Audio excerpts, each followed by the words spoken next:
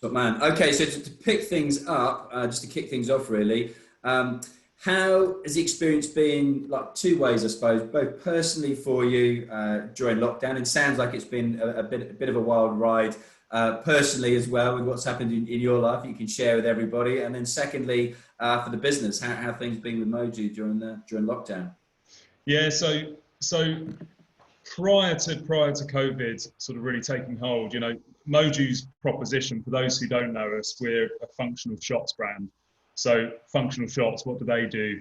They help with immune system function, also for energy as well. So the proposition has only really, I guess, has only become even more relevant. So since COVID, so much more attention on people's immune system, preventative health and things like that. So it's meant for us that sales have been really strong in certain channels, you know, really strong through B2C, strong on the likes of Amazon, and then also in retail as well, but certain parts of retail, you know, food to go in the supermarkets has been really challenged for everyone because people simply aren't going in and buying their lunchtime sandwich or whatever it may be. So it's, and then for us, what we call the out of home channels, so the likes of the Cafe Neros and things like that, they've also been under a huge amount of pressure. So it's been great for us in certain respects, and I think, but what we've had is a bit of a capacity issue, as I say, because it's just trying to get these products into people's hands. You know, we feel we've got a really relevant product that can help people at a time, particularly at a time like this. You know, we launched our vitamin D product at the end of March, you know, right into the middle of essentially just as we're going into lockdown. So that in itself was an experience, you know, relaunching the brand because we came with a new brand identity and new products. So it's been a wild ride there. And then from a personal perspective, it's like everyone else, you're kind of just trying to figure it out and trying to figure out how to live your life from one location, you know, pretty much 24/7 and work and still obviously be there with the family and take time to be there with them. And that's really important to me, and to spend time with them. And as I just mentioned, had a baby right in the middle of it all. So Congratulations. Which was actually, thank you very much, which was actually not everyone thinks it would be a terrible experience, but in fact the hospital staff were amazing. It was you know, the NHS really is something to be incredibly proud of. You know, they were incredible. So it's been fun. Yeah, and I suppose, you know, from a personal perspective, you're never going to get that time again together. You know, fingers crossed we never have another lockdown, another pandemic, but to spend that kind of quality time. And you mentioned earlier, you've got another daughter as well, who's a couple of years old. So you're never going to have that time again, are you? Is it a kind of like tight unit in spending all those? Yeah, you have to. I think you have to take, as we talked about, being sort of eternal optimists. You have to take the opportunity when it's there, but it's also not been easy, and it's not been easy for everyone's had a different journey through this, and that includes all members of our team. So we've had to be really mindful of how each individual's journey has been through it, what their working situation is at home. So that's something that we've really focused on from a business perspective, is employee well-being and their welfare, really, because it's a shocking, turbulent period for people. A lot of people haven't been through something as testing, as hard as this. So it's really, I really believe it teaches a huge amount of resilience, which I think we can all take forward, which we all, you know, there is lessons to be learned there. So Yeah, no, it's been the same for me. I think I've taken, you know, a load of positives from it, and equally, it's interesting chatting to a couple of people just yesterday about what you were talking about now. Everyone's different journey, and that kind of, you know, work-life balance, and people working remotely, and then people now getting, you know, still in touch with their employees, and a lot of the employees saying, I actually quite enjoyed this experience of working remotely, working from home. You know, how can we position this in the future? Is there the option of spending some of the time at home, some of the time at the office. Have you looked at that, and have you come to any conclusions yet? And understand it's still quite a fluid thing, to be honest. Yeah, I see it as a massive opportunity, because what COVID has forced almost the entire globally forced us to do is really work out how to work remotely.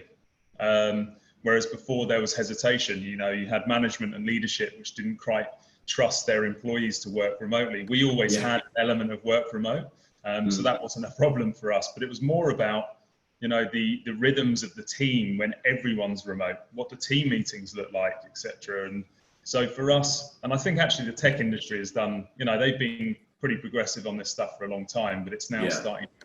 It's forced all of us other kind of the slower moving industries or typically slower moving into figuring it out. So I think it's a massive opportunity for us to just clean slate, create what we see as the future of work. And for us, it really focuses on people being able to do their best work, but also live a really high quality of life.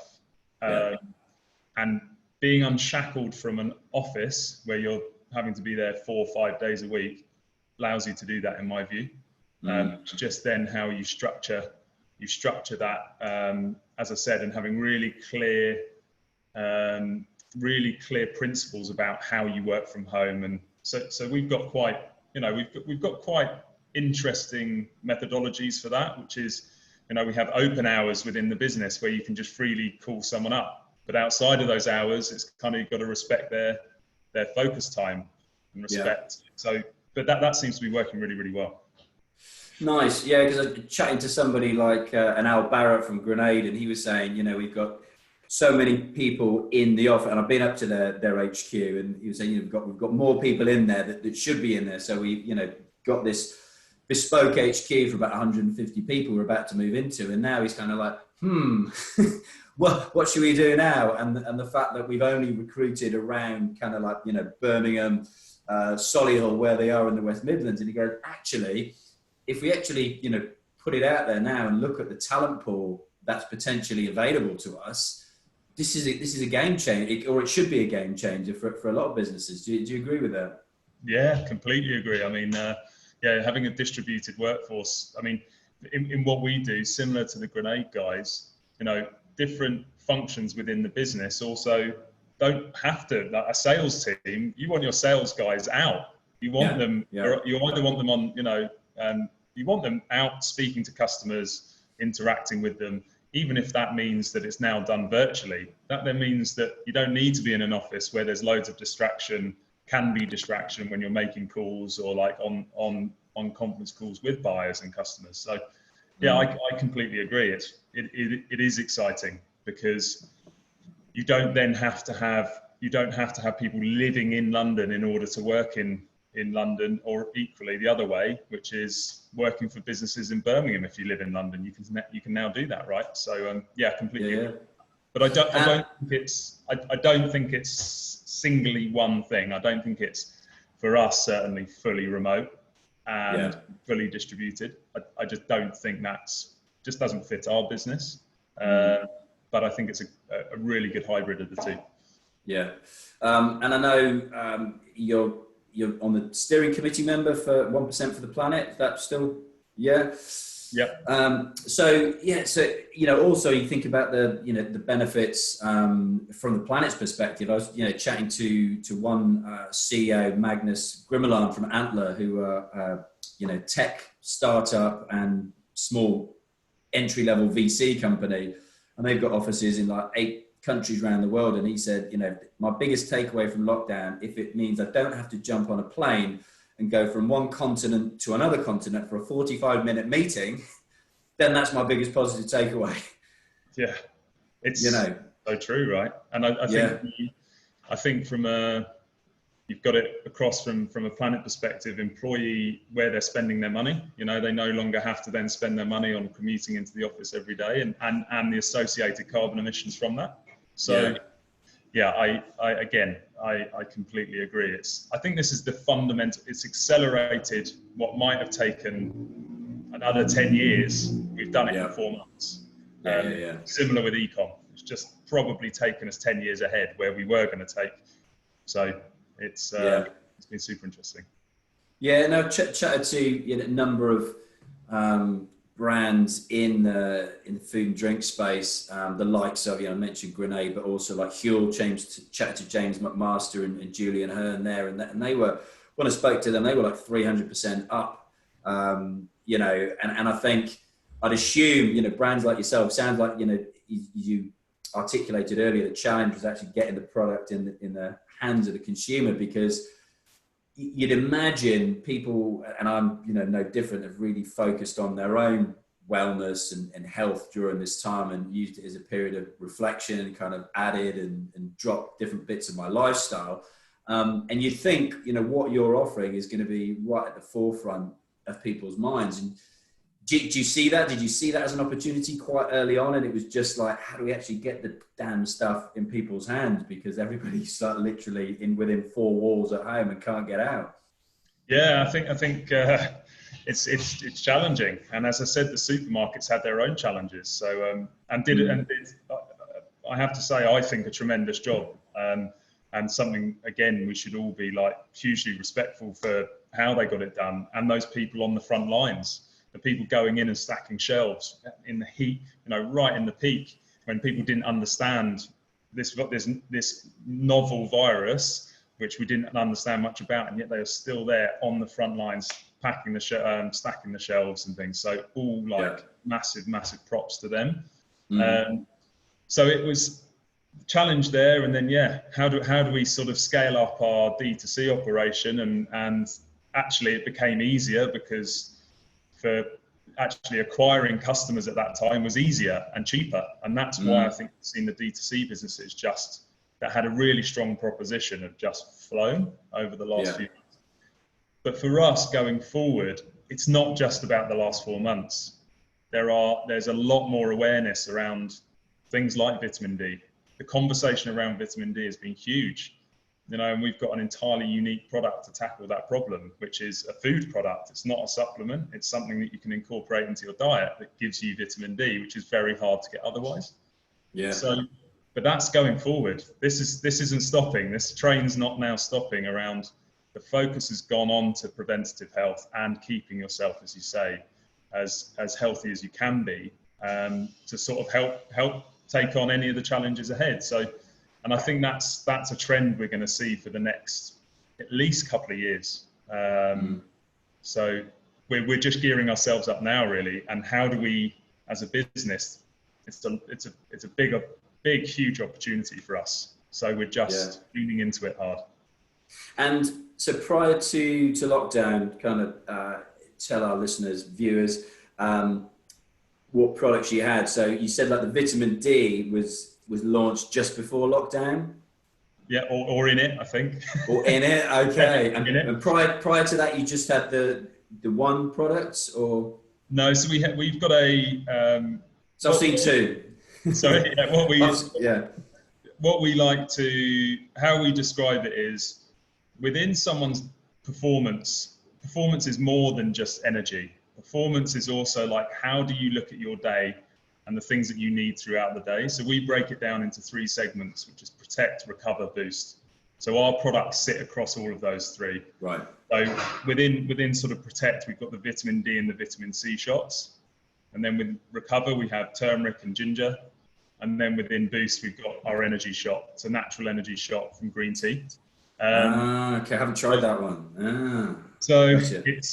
We cover those bases, really. They're all completely, entirely natural from whole ingredients. Making fresh products like that's not easy. It's why there are a lot of naysayers when we first started. They were like, well, you're not going to be able to do that. Shelf life's not long enough, et cetera, et cetera. But sort of we made it happen. So for us, shots present, it's the delivery format of how do you package something really conveniently, but that's still as fresh as it can be and delivers a load of function. And as you taste it, it comes through in the flavour. Super impactful, super vibrant, and that's the idea. I literally felt like I could launch myself to the moon once I had that. I was taking it every time I went and played So during lockdown, started playing golf every Friday afternoon. I would literally take one as I got to the turn after the first 9 holes, just to give me that energy. Because I always just feel fatigued, you know, about halfway through, because you think you're walking for like an hour and a half, hitting golf shots. And I was like, right, okay, if I take something halfway around, a banana just wasn't doing it, and some water. So it certainly did the job for me. And where did the idea, the passion come from originally? You know, was it a series of kind of moments that you had, or was it literally just one kind of screw it, just do it aha moment that made you decide to go down this route? I like to think it's probably a series of aha moments, or screw it, just do it. Back in 2014, a good mate of mine and I, Charlie, we met at university. Loved going down to the West Country surfing together. Used to always talk about starting a business together. We went our separate ways after university. I studied engineering and then went into work for an aerospace company, and then moved up to London and worked in investment banking for 4 years. And then Charlie joined an insurance broking company. But the original idea came from, we were making juices ourselves, and it was kind of, for us, it was plugging a gap. And the gap was, we were working like everyone does nowadays, super hard, weren't eating as well as we should have been, we were super time poor. But we found this wonderful wellness product, you know, that people were buying in juice bars and cleanse detox programs. And we weren't really interested in any of that. But what we were interested in was the speed at which you could get this new super nutrient dense product in. And for us, it was just cold pressed juice. And we took that that was sort of where the original idea came from. And we saw an opportunity to put that into specialty coffee shops as pre-packed cold pressed juices. And that's where the business that's where it all started. And alongside that, we were selling juices, went to music festivals and sort of bringing people back from the dead the next morning after everyone went a bit too hard. Literally. Yeah. And that was, for us, it was always about that. It was about helping people on their way in life and helping people enjoy and make the most of what they love doing more. And we did that through nutrition, and really convenient nutrition. And then we went to launch the shots in 2016. So the shots for us we are now a shots business. Originally, when we launched the brand, we wanted to do shots, but we struggled to do it from a manufacturing perspective. But in 2016, we cracked that, and then we launched the shots, and the business has grown pretty quickly since then. So, and the shots really represented to us what it was all about, as I said, which is that convenient delivery format that you can basically get nutrition into you really quick, as fresh as it possibly can be, and in its purest form, I guess, as close to nature as it could be. And what was the ultimate goal when you started that business, and how has that changed over the last 4 or 5 years, or has it changed? For us, it's never really changed. The business came about because of two mates who wanted to create, who had worked in, it was a bit cliched now, but worked in corporate jobs that just, it didn't energize us. It didn't fulfill us in how we wanted to be fulfilled. So we wanted to create a company that could do that for us and for other people. And so that's really was always the ambition, and also to have a real impact on society as much as we can, and to create a product that was legitimately doing good for people. So we're kind of doing that, and that's always been the ambition. I think if it was all about money, then you would just stay doing your corporate job and have the security there and kind of earn good money if you can. But it wasn't about that for us. Yeah, and and I'm sure you've been asked this one before, but it just popped into my head when I kind of looking back on who I've chatted to on this podcast, and the likes of Richard Reed that I've interviewed from Innocent. But does that give you inspiration, or would you not want to go in that direction when you I don't know, you can look at a lot of brands that get that big and all the different challenges that come with that. And how about you? Did you consider that kind of routes, or is it not remotely in your kind of radar at the moment? Well, in terms of route, I guess scale, Yeah. those guys did. I mean, they created the market really for social, like food and drink on social media, and they showed early days digital, how it was done in terms of digital marketing, and they're still a really loved brand in the UK, and that's so we definitely were like always loads of respect for those guys.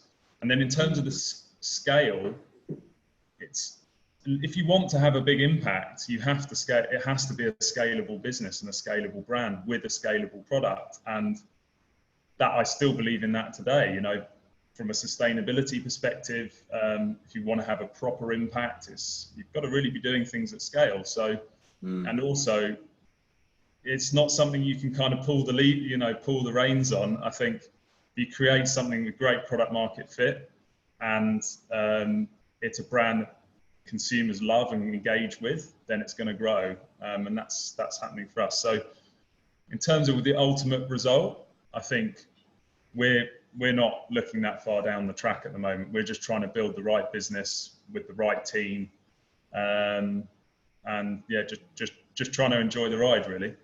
Yeah, no, absolutely. I love that. It was just always remember when I chatted to Richard Reed, it was like literally like every week or every month for about 3 or 4 years, they would get, people offering to buy into the company, and eventually they obviously took that route. But what's been for you, and I've spoken to a lot of, businesses in your space, I'm always interested to know what the biggest challenge was, because often it's finding the manufacturer to actually then get the products distributed. But for you, when you kind of look back now on a kind of 5-year journey, what's been the hardest bit, that if you could offer any advice for anybody in a similar situation, they could maybe look at things a little differently? Yeah, I think it's the best quote, I can't remember. I won't be able to reference who it was, but was stupid enough to start and stubborn enough to finish. And I think that's a really good quote. I mean, that's the reality. Is, I guess, the greatest, the challenge is how all consuming it becomes.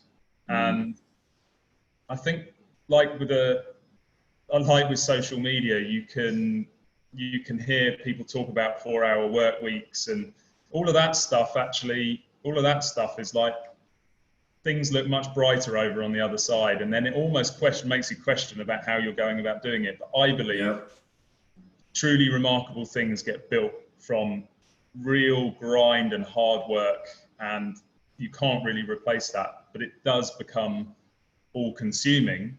So then it's about, from a well-being perspective, is trying to really find those things that can ground you and anchor you, so you can sustain long enough. Because otherwise it can just gobble you up, really. And you see a lot of, obviously, particularly mental health issues now in founders, because it thrusts people into this pretty intense, very, very intense environment. So I would say find those anchors, find those things that really help ground you and help you sustain. And for me, that's family, that's also keeping as fit as I can, having a real sort of regimented routine, something I probably inherited from my dad. It's like, it's just, that helps me. I work well in that kind of structure, and I think a lot of people do, to be honest. I think that's how the human condition is. We tend to like routine, and so that's what kind of grounds me and helps me just keep going at the challenges, because they're numerous and they come often. So yeah, no, I totally agree with you. And we get a huge percentage of listeners to the podcast are aged literally like 19 to, well, I looked at the demographic the other day, it was something like 66.7 of the listeners of the podcast are aged 19 to 27 years old. And you think if their content that they've been consuming the last half a dozen years have been the likes of a Gary Vaynerchuk, and always preaching you should be putting out 55 pieces of social media content every day, sleep 2 hours, and I just think it's just so wrong, because it's so all consuming anyway. I've had 4 different businesses myself since I left Virgin Atlantic 10 years ago, and for me, it's been exactly the same as you. It's having those anchors in your life. And for me, again, it's family. I've got 2 young daughters. I'm massively into, my health and fitness. Literally at the moment, swimming in the sea at 7 a.m. every morning with my mates to kickstart the day, and then having, a solid morning and kind of late afternoon, early evening routine. Because I always just think, whatever hell may reign in between, if you've got those kind of 2 anchors, you can choose how you start and how you actually end your day. And it's really important to me. And it sounds like yourself. Do you have like a morning, afternoon, evening routine as well then to kind of finish off? Yeah. So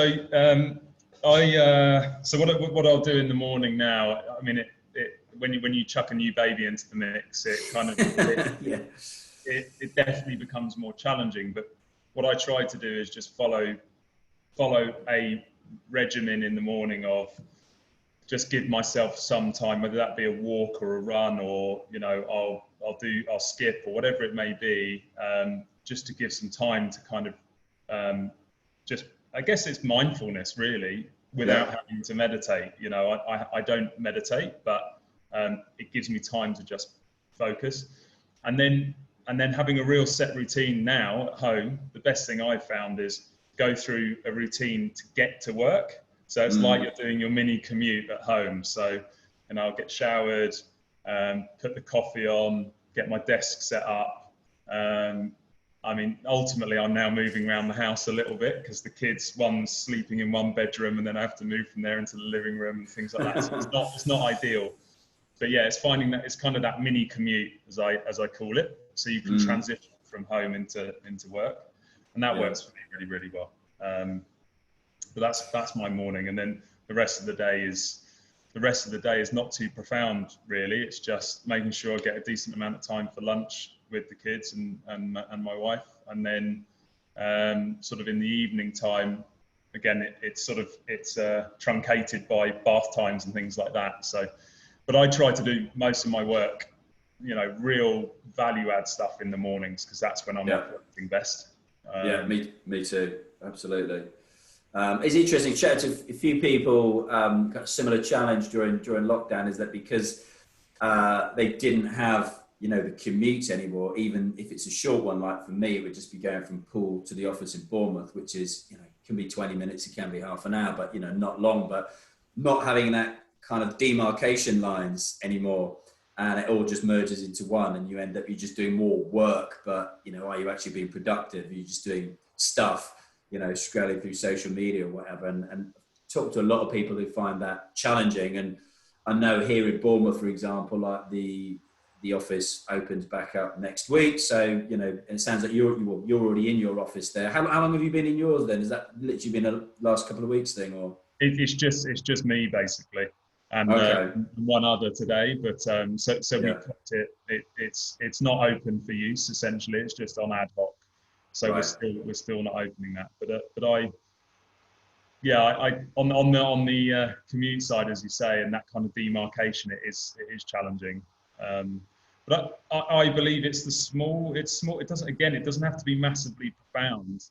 It's the sum of all the parts of these little things that you do during the day that help manage it all. And again, I think people are looking for a silver bullet that's going to help them do it, but it's just finding those things that work for you. And it's a bit of a test and learn process as well, because it is so individual. Absolutely. And I think it's just, I've taken something from, 250 odd episodes of Screw It, Just Do It Now. We had Oliver Cookson from My Protein telling his story last week for our 250th episode. And it's like every single person that I speak to, I take something from, and I might not permanently use it, but I'll literally look at it and just test it and see if it works and see if it doesn't work for me. But when you're kind of looking forward now to have you scaled to get to this point in time, how have you managed to scale that business? Have you looked for outward investment, or is that something that you're looking to do now when you look at what's the next 5 years look like for the brand? Yeah, so we funded the business. We sort of bootstrapped it ourselves, and then we partnered with some really good angels from over the last 5 years, basically, and we sort of scaled the business. We're on for doing north of £5 million this year. It's grown again, even during COVID. and that growth has kind of come. It's been, what I would say is it's not been hyper growth, because we've really focused on building the brand right, and as I say, focused on getting a brilliant product that consumers love. But now it's really, we can really now start to accelerate, and that's and so we, increasingly, you sort of touched on it earlier, we're starting to get more people reach out to us about, how we're going to take the company forward and wanting to partner with us in that way. So for us, we've just got to do we're looking at what's right for the business, and also, as I say, getting products into people's hands, because it's they're hyper relevant, very, very important products in our view, and we really believe in them. So we'll see what the next few months holds, but it's certainly not a situation. I think in terms of the funding environment, there's capital there for good quality businesses and brands. So it's going to be an exciting few months for sure. Yeah, and I've chatted to a number of people during lockdown, and who have got funding during lockdown, and yes, those deals might have been set up beforehand, but at the end of the day, the same amount of money is out there. It just might be that, the way I've looked at it, and other investors I've spoken to said, it might just be that those angels, those VC companies, are actually just kind of topping up the businesses that they've invested in earlier, but there will always be room for quality brands that they want to invest in. And if you looked at, when you mentioned launching the vitamin D shot, have you looked at doing like a secondary launch off the back of that, or have you kind of revisited that launch because it happened during lockdown, for example? How important has that been to you? Yeah, so the timing was kind of freaky, really, because we had been working on that product for coming up to 10 months to a year. Wow. Creating and formulating, and so the fact that everything happened in the way it did was kind of crazy. So that was the date that we were going to launch. So we decided to launch because of the relevance of the product. But as you say, it's not something, there's going to be campaigns around that product again. So it's not like it's had its launch and that's it anyway. So it's, as I said, there's going to be a lot of focus coming into the winter, a lot of focus on that product and the rest in our portfolio as well. So it's we got some exciting plans for the Vit D for sure. There's so much to play with in terms of that. It's the sunshine vitamin. There's so much to play with, and I think there's also some really interesting things about vitamin D which we're only sort of entered mainstream media now, but are again incredibly important. The fact that most of us in the UK are suboptimal in vitamin D, so that basically means you're not deficient, but you're running suboptimal of what you need. Right. And that's because we're living in the Northern Hemisphere. Obviously, we live under cloud cover for a big part of the year, and it's very difficult to get vitamin D from your diet. So that means a lot of people are running suboptimally, and suboptimal doesn't mean that you are going to suffer severe symptoms from deficiency, but what it does mean is that your immunity can be impacted. And that's why generally, if you're suboptimal, you can pick up lots of colds and flus through the winter. And the other crazy thing about vitamin D is the recommended dosage by PHE and NHS is 10 micrograms a day. That's based on the requirement of Caucasians, so white people. No way. Black and ethnic minority, and if you are someone with darker skin, it's much harder for you to produce the amount of vitamin D hormone than it is for someone with lighter skin. So it runs deep in many ways, vitamin D, and so as I said, the focus on it will just continue now. And so it should. The more of us that are supplementing in some way, whether that be through food or through other means, sort of pills, etc., then the better. And with regards to your own growth, then, are you primarily UK, or do you also distribute that European, worldwide, or is that part of the plans? Like when you say like vitamin D, it is very much, especially UK. Yeah. We are, yeah, so we're UK at the moment. We've really been focusing on the domestic market, where sort of we're category leader here by a long way. We've really been building the category on our own for the last 3.5 years, 4 years. So and that when the time's right, we'll look at export as well, into continental Europe, where there is significant opportunity still. And I think we've got quite a smart strategy around how we're going to do that. Timing wise on that, it's not going to be this year, but without giving too much away, it will be in the near future. Awesome. Well, listen, thank you so much for coming on today's show. Really appreciate you taking the time, and things dragged out a little bit more than we were expecting with a few technical issues, but we got there in the end. And obvious one, I suppose, but easiest way that people can find out more about the brand, find out more about you, is it literally just going to the website, social media? Is it the same tagline, same URL?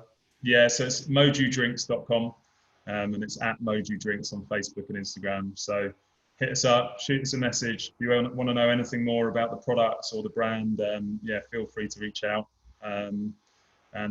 Thanks for having me, Alex. Really good to catch up finally, and I wish you well. Yeah, you too. And like I say, when you make it down this part of the world in Poole, in Dorset, then do give us a shout, because it is, I'm biased, obviously. My wife's from down here, but I've made it my home for the last 19 years, I think, and I wouldn't want to be anywhere else now. So you are more than welcome. Nice one. Cheers, Alex. Cheers, buddy. Take care now. Thank you very much. Bye-bye. Very well. Bye.